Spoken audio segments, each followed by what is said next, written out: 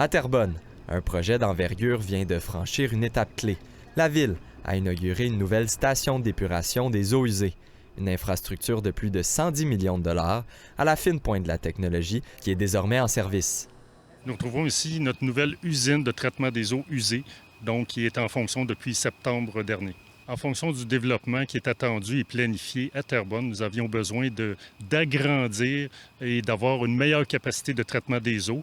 Donc, c'est pourquoi depuis 2011, on pense à revoir notre mode de fonctionnement, nos opérations de traitement des eaux. Et c'est comme ça qu'on est arrivé à la conception de cette nouvelle station d'épuration. Donc, afin de pouvoir accepter le développement qu'il y aura là, dans le secteur Urbanava notamment. On est à la fine pointe avec d'autres villes comme Granby et d'autres villes qui ont installé le même type d'usine de traitement.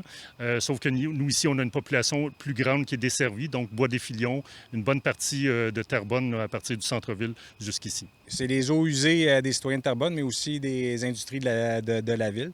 Donc ici, le premier traitement consiste à dégriller les eaux. Donc on enlève tous les éléments qui ne devraient pas se trouver dans l'eau usée, que ce soit les seringues, les tampax, qu'on communément appelé, les condoms, ces éléments-là.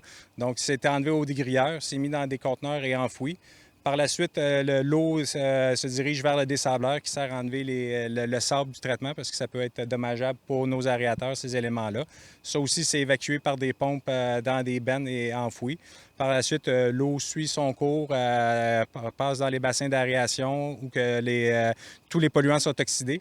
Pour par la suite s'acheminer vers les bassins de décantation où l'eau est séparée de l'eau traitée des boues.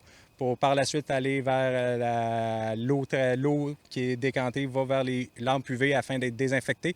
Et par la suite, les boues sont retournées dans la salle de déshydratation des boues pour nous permettre de déshydrater et de nous en départir des boues excédentaires. Donc, l'ancienne usine de traitement avait été construite en 1996. C'était une technologie par bassin aéré qui avait été choisie à l'époque, qui était très robuste, mais qui prenait beaucoup d'espace et beaucoup de temps à traiter. Donc, la goutte d'eau qui rentrait dans le traitement prenait environ 30 jours à être traitée. Puis ici, avec un traitement accéléré, on réussit à traiter l'eau en dedans de 12 heures. Donc, c'était un argument majeur pour nous, puisque ça nous permettait d'économiser beaucoup de terrain pour développer le traitement des eaux usées. Qu'est-ce qui est important de retenir dans ce projet-là, c'est l'empreinte au sol de la nouvelle usine, qui est à peu près 1/6 comparativement à l'ancienne usine. L'ancienne usine des étangs aérés, on va environ 6 fois plus large que l'empreinte au sol de la nouvelle usine. C'est sûr, une usine d'eau usée, bon, émet tout le temps des odeurs, mais le contrôle ici puis la technologie qu'on a inclus dans la nouvelle usine, on le voit tout de suite en arrivant que c'est très efficace. Et avec la grosse cheminée de plusieurs centaines de pieds d'auteur, ça disperse les odeurs qui pourraient revenir de l'usine. Alors, sont très, très bien contrôlés avec la conception.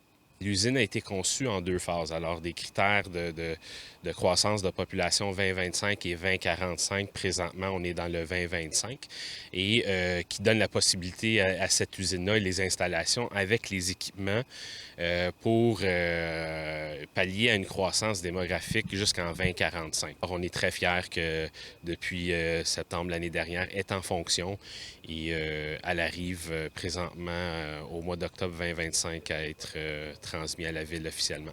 Au-delà de la technologie et des investissements, la réussite de cette toute nouvelle usine repose sur une collaboration interdirection étroite de la municipalité. Ce projet d'envergure illustre d'ailleurs la capacité de la ville à mobiliser son expertise interne afin de livrer une infrastructure durable, performante et tournée vers l'avenir. Charles Lantier, TVRM, Terrebonne.